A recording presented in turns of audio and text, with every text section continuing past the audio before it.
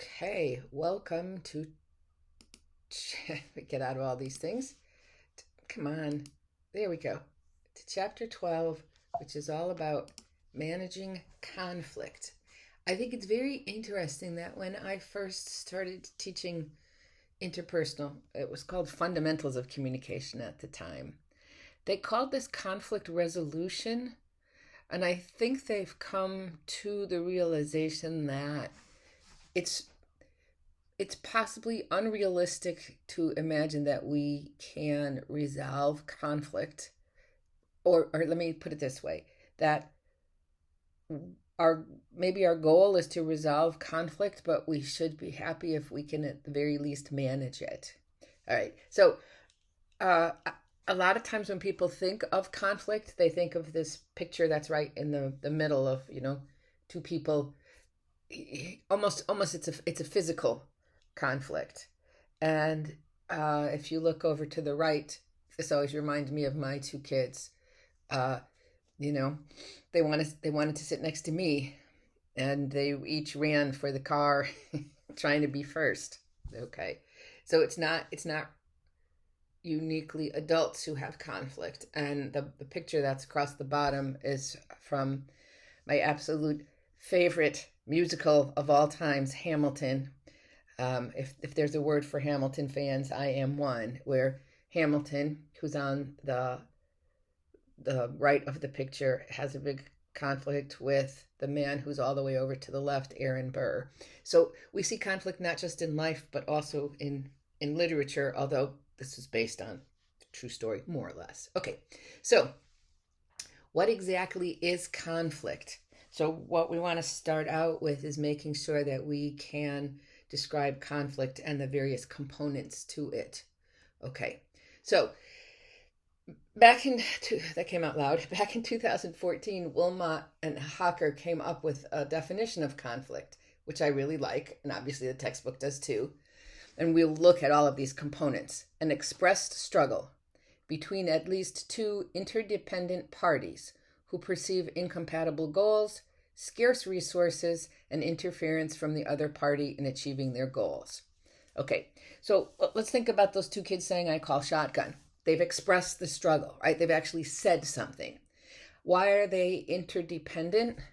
Well, I mean, they're siblings, okay? And they perceive incompatible goals, right? If one of them gets to sit in the front, the other one can't. So each of them wants the same goal.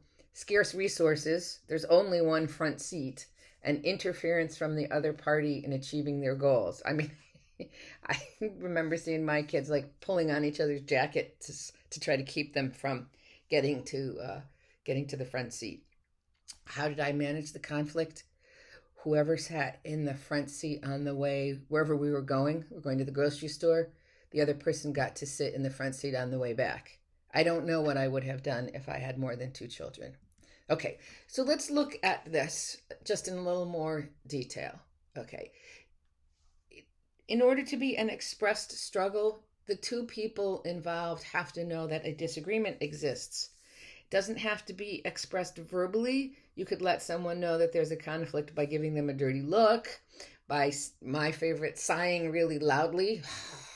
Okay, so my neighbors they love accordion music. They frequently play it quite loudly, and it really bothers me, but I have never said anything to them. So while I at some point see it as a conflict, they don't know it is, so it's not a conflict.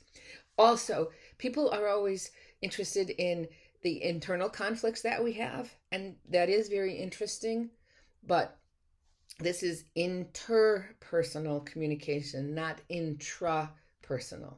So if you're thinking about conflicts you have within yourself, you might consider taking a psychology class, which I don't know if we've offered, personal growth and development. Okay. Interdependence means that people in the conflict depend on each other. And the incompatible goals really means if I get what I want, that means you cannot get what you want. Okay. The scarce rewards, there's not enough of something to go around, and it is inevitable, which was not really in the definition, but is important. Um, so it's impossible. It really is impossible to avoid conflicts. So what we need to do is to learn some skills so that we can handle them effectively. So two things. Oops. Um, do you understand all of the components of conflict? And I want you to come to class with a conflict that has existed ideally in your life, but if you can't think of one, or the conflict that you think of you don't really want to share with people, then what I would say is uh, bring in a conflict that you have seen in movies or TV show or in literature. All right, first section, very short. So, oops, that's not what I meant to do. All right, so we will move on to the next one.